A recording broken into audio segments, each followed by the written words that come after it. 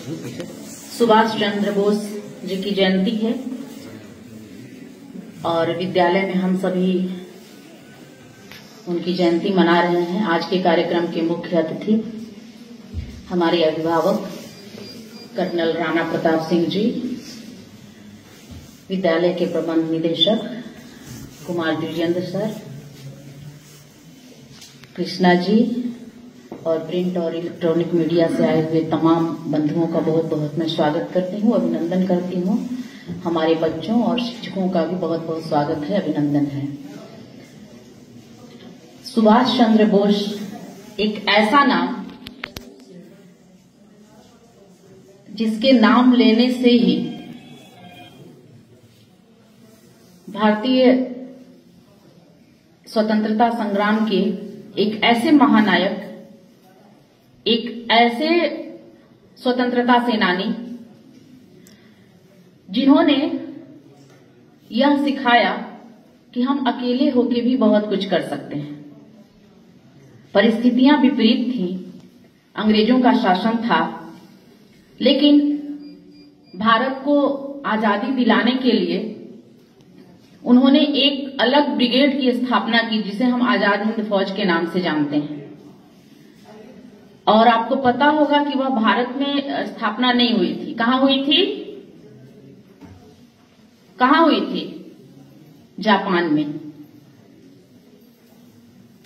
उस समय में ऐसा नहीं था कि यहां से सुभाष चंद्र बोस सीधे फ्लाइट पर बैठे और वहां चले गए और स्थापना कर लिए, क्योंकि अंग्रेजों से छुपना था। उन्हें पता था कि इस तरह के क्रांतिकारी अगर आजाद रहे तो फिर भारत में हम लोगों का टिकना मुमकिन नहीं है। तो पैनी नजर थी और इन्हें अरेस्ट करने के लिए ब्रिटिश हुकूमत लगी हुई थी। फिर भी अगर देखा जाए तो वहां जाकर के सिर्फ आजाद हिंद फौज की ही स्थापना उन्होंने नहीं की, उन्होंने अलग से महिलाओं की ब्रिगेड भी बनाई। आपको पता होना चाहिए कि उन्होंने अलग से महिलाओं की ब्रिगेड बनाई और बहुत सारी महिलाएं उनके ब्रिगेड में थी, डॉक्टर भी थी, सैनिक के रूप में भी थी। लेकिन अगर मौसम शायद विपरीत न होता, बारिश न हो रही होती, तो आजाद हिंद फौज जो उधर से चली थी इंडिया की तरफ घुसने के लिए, तो शायद हम भारतीय स्वतंत्रता के इतिहास का जो दिवस होता है स्वतंत्रता का, वो कुछ और होता। परिस्थितियां इतनी विपरीत हो गई कि बारिश होते जा रही थी और कोई सुविधा न होने के कारण इतना दलदल हो गया और द्वितीय विश्व युद्ध छिड़ चुका था और इतना गोलाबारी हो रही थी। गोलाबारी तो दूसरी चीज है, चलिए उसको तो हमारे सैनिक झेल ही रहे थे आजाद सुभाष चंद्र बोस जी के दिशा निर्देश पे, लेकिन जो बारिश थी वो बहुत बाधा पैदा की। लेकिन फिर भी एक व्यक्ति हिंदुस्तान से जाता है और पूरी एक फौज की स्थापना कर देता है। भारतीय युवाओं में इतनी ताकत होती है। इसलिए मैं जब भी बोलती हूँ ये आप लोगों में एक प्रेरणा देना चाहती हूँ और आपके मन में ये बिठाना चाहती हूँ कि हिंदुस्तान की मिट्टी में ऐसा है, खासकर बिहार की मिट्टी में, कि अगर आप कुछ प्रण कर लें तो आप कर सकते हैं, बशर्ते आप इधर उधर न भटके, आपको वही जुनून हो, उसकी मेहनत आप करें, किसी भी हद तक जाने का प्रयास करें, तो हम अपनी मंजिल को अवश्य प्राप्त कर सकते हैं। उसके जीते जागते उदाहरण हमारे सुभाष चंद्र बोस जी हैं।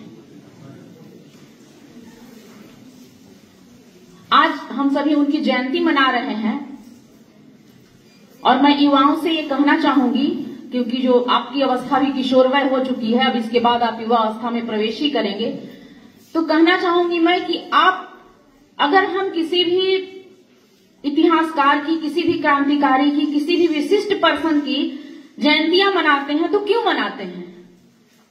हम ये बताना चाहते हैं कि उनकी जीवनी कैसी थी, उन्होंने देश के लिए क्या किया, वो कितने कर्तव्यनिष्ठ थे। हम सिखाना चाहते हैं आपको कि आप उनके जीवन से कुछ सीखें और थोड़ा भी अमल करने की कोशिश करें। आज भी सुभाष चंद्र बोस जी का